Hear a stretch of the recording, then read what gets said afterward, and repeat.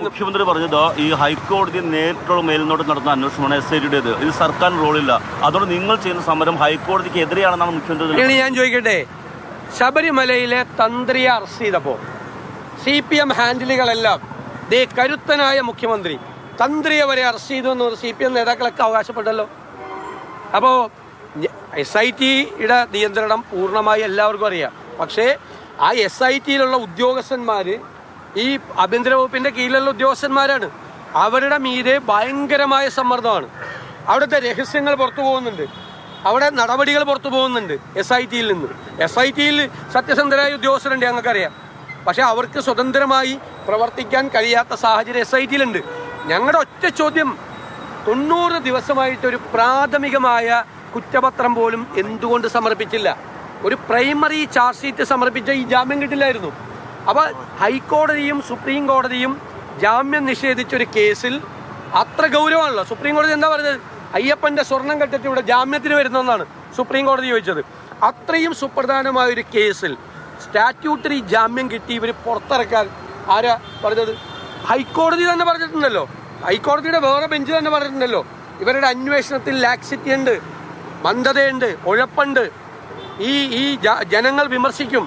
കാരണം സ്റ്റാറ്റ്യൂട്ടറി ജാമ്യം കിട്ടി ഇവർ പുറത്തിറങ്ങുന്ന സാഹചര്യത്തെ ജനങ്ങൾ സംശയത്തോടു കൂടി നോക്കിക്കാണും എന്ന് പറഞ്ഞത് ഞങ്ങൾ മാത്രമാണോ? ഹൈക്കോടതിയും പറഞ്ഞിട്ടുണ്ട്. ഹൈക്കോടതി പറഞ്ഞ വാചകമാണ്, ഇവർ ജാമ്യം കിട്ടി, സ്റ്റാറ്റ്യൂട്ടറി ജാമ്യം കിട്ടി പുറത്തിറങ്ങുന്നത് ജനങ്ങൾ സംശയത്തോടു കൂടി നോക്കും. ആരുടെ? SITയുടെ മീതെ. അപ്പോൾ SITക്ക് പാളിച്ചകൾ പറ്റിയിട്ടുണ്ട്, ഒരു സംശയമില്ല.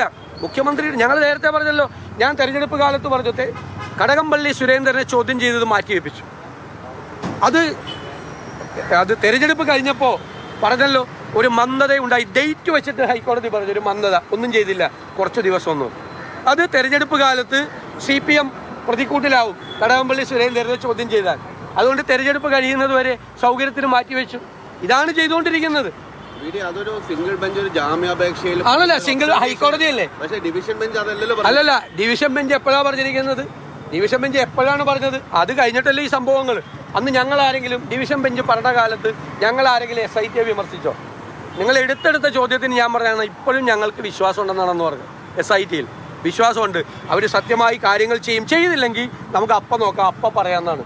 നിങ്ങളൊരു 5 പ്രാവശ്യങ്ങൾ എന്നോട് ചോദിച്ചിട്ടുണ്ട്, തിരുവനന്തപുരത്തെ മാധ്യമ പ്രവർത്തകർ, SITയിൽ അവിശ്വാസം. ഞങ്ങൾ പറയും SITയിൽ അവിശ്വാസമില്ല, ഹൈക്കോടതി നിയന്ത്രണത്തിലാണ് SIT ഒരു അന്വേഷണം. പ്രതിപക്ഷ നേതാവ് VD സതീശൻ മാധ്യമങ്ങളോട് സംസാരിക്കുകയാണ്. സ്വർണ്ണക്കൊള്ള കേസുമായി ബന്ധപ്പെട്ടാണ് പ്രതിഷേധം അറിയിച്ചുകൊണ്ട് പ്രതിപക്ഷാംഗങ്ങൾ സഭാ കവാടത്തിൽ പ്രതിഷേധിക്കുന്നതിനിടയിലാണ് പ്രതിപക്ഷ നേതാവ് മാധ്യമങ്ങളോട് സംസാരിച്ചത്.